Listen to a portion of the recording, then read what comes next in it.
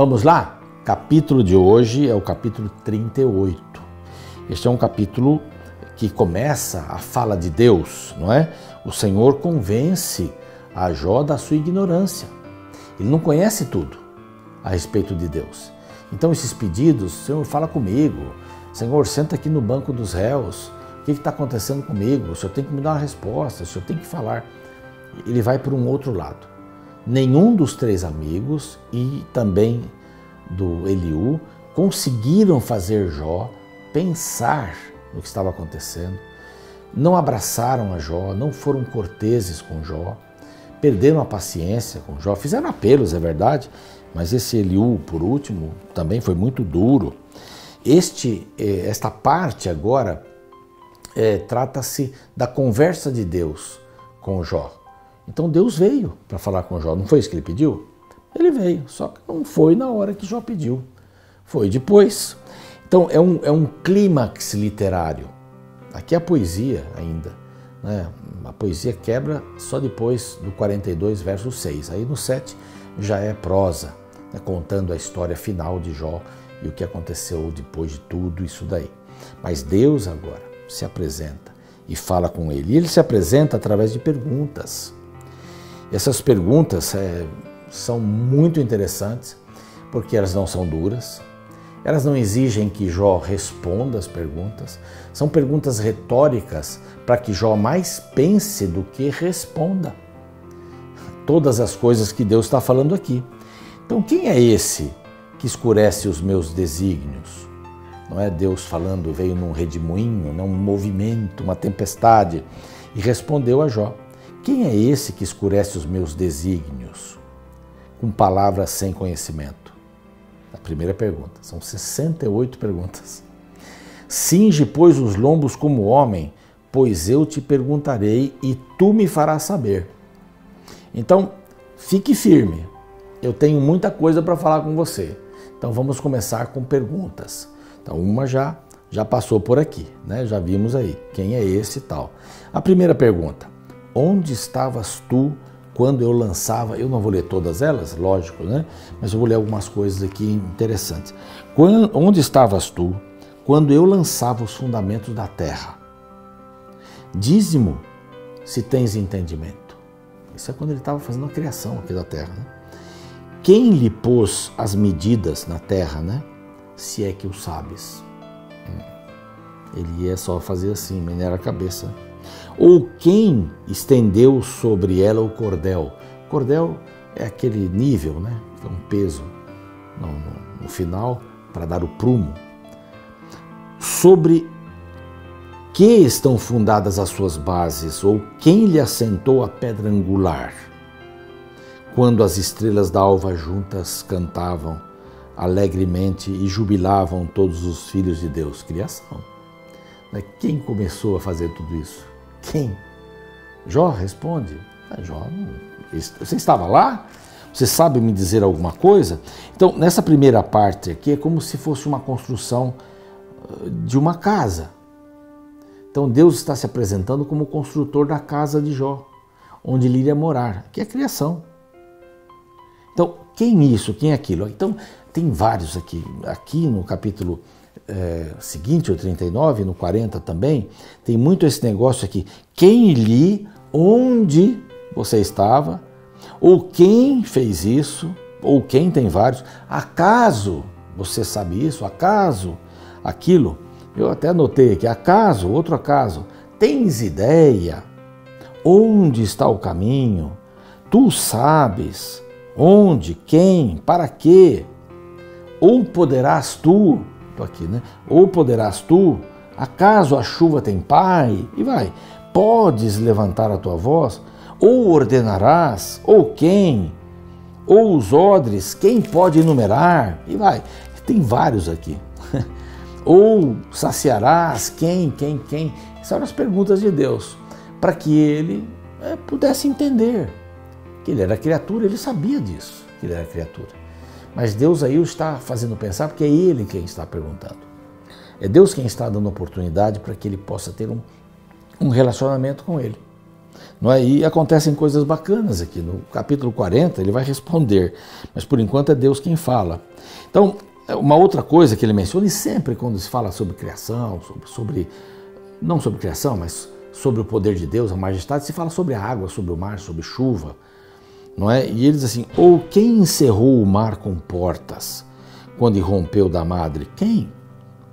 Quando eu lhe tracei limites para o mar, né? E disse, até aqui virás e não mais adiante. E aqui quebrarás o orgulho das tuas ondas. Então o mar, ele fala sobre a casa, sobre a criação, fala sobre o mar. E vai falar sobre amanhã também, uma coisa bacana. Acaso, desde que começaram os teus dias, deste ordem à madrugada, ou fizeste a alva saber o seu lugar, para que se apegasse à orla da terra, e desta fossem os perversos sacudidos? Você estava lá? Você deu alguma ordem? Você fez alguma coisa para que amanhã rompesse o dia? A terra se modela como barro debaixo do seu selo e tudo se apresenta como vestido. A terra se veste quando amanhã vem, quando o sol brilha, você enxerga as cores, as maravilhas, não é? As cores do oceano, do céu, das flores, da relva, ela se veste, a terra se veste, não é? Vai falar também sobre águas e fontes de luz, do 16 até o 20. Eu não estou dando aqui os versos, né? Mas aí você está me acompanhando. Acaso entraste nos mananciais do mar? Ou percorreste o mais profundo do abismo? Verso 18. Tens ideia nítida da largura da terra? Coisas grandes Deus tinha feito. Aqui do 21 até o 30, são fenômenos da natureza. Neve, fala sobre a neve, sobre a luz, sobre os relâmpagos, os trovões, faz chover. Então são fenômenos da natureza, né? O gelo, a geada. É o cuidado que Deus tem da terra.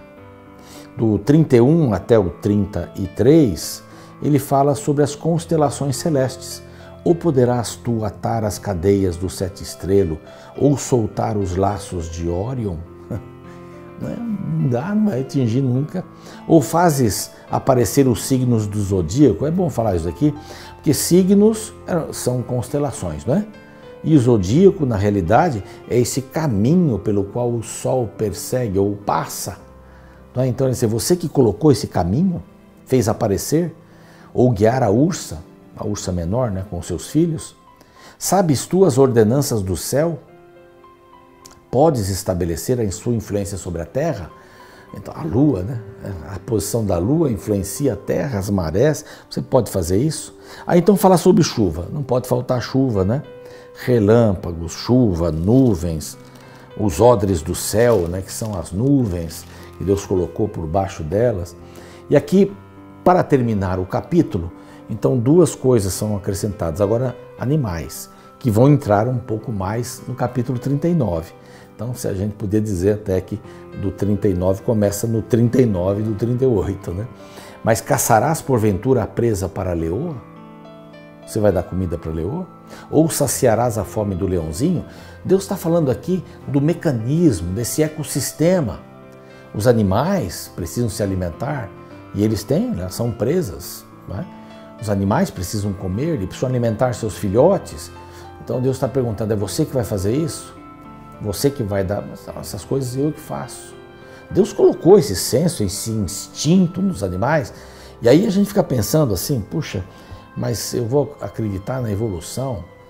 Eu vou acreditar que as coisas surgiram assim, né? De repente um caldo, uma sopa primeva aí com um monte de elementos, começaram a se juntar e de repente saiu uma pessoa. Só a questão da procriação, não é? A genitálias masculina e feminina são incríveis. A fecundação, a gestação, a lactação, são coisas incríveis. Como isso poderia surgir do nada? Não é? E Deus está dizendo assim, eu cuido dos animais. E eu que coloquei esse senso, esse instinto, né? Fiz esses vários tipos de animais. Ele menciona dois aqui. Os leões, né? O leão e os leõezinhos. E ele diz ainda mais, quem prepara aos corvos o seu alimento? né, quando os pintainhos, os filhotinhos dos corvos, né, estão vagueando, estão gritando, né, por não terem o que comer. E aí ele começa o 39, vai para outros animais, vai falando aqui, colocando quase que em duplas esses animais. Mas você percebe aqui que Deus ele está dizendo assim, esta ordem toda foi eu quem colocou. Eu coloquei todas essa ordem no universo. Eu fiz desde o início aqui na Terra, a Terra era sem forma e vazia. Então é bem provável que havia alguma coisa aqui. E Deus deu a forma para que o ser humano que ele iria criar no sexto dia pudesse morar por aqui. Então Deus dá uma aula para Jó, dizendo, Jó, eu mantenho os pequenos detalhes da vida. Né? Você sabe quanto mede a terra? Você sabe quem colocou o prumo? Quem nivelou? Em outras palavras, você sabe quem colocou esse movimento de translação, rotação, esse grau que a Terra não tem essa perpendicularidade, né? Mas ela tem uma inclinação. Você sabe quem colocou esse grau? Você sabe quem colocou a distância certa entre a Terra e o Sol? Entre todos os planetas deste sistema, esse é só um sistema, mas Deus colocou todos os planetas, todos os sistemas, todas as estrelas, as Via Lácteas, né, as galáxias, digo melhor, a Via Láctea que é a nossa. Então Deus colocou, e Ele está falando para Jó, eu coloquei tudo isso, sabe? Eu medi o mar e falei, ó mar, você não vai passar disso aqui porque há movimentos no mar, arrebentação. E diz assim, essa quebra, né, o orgulho das tuas ondas, é bonita essa linguagem, vão quebrar aqui, não vão passar. E aí quando há esses fenômenos, as placas tectônicas se movem, não é? É o nosso mundo. Não é? Então há coisas violentas em a natureza, né? Nós estamos destruindo a natureza também. Nós não estamos poupando nada.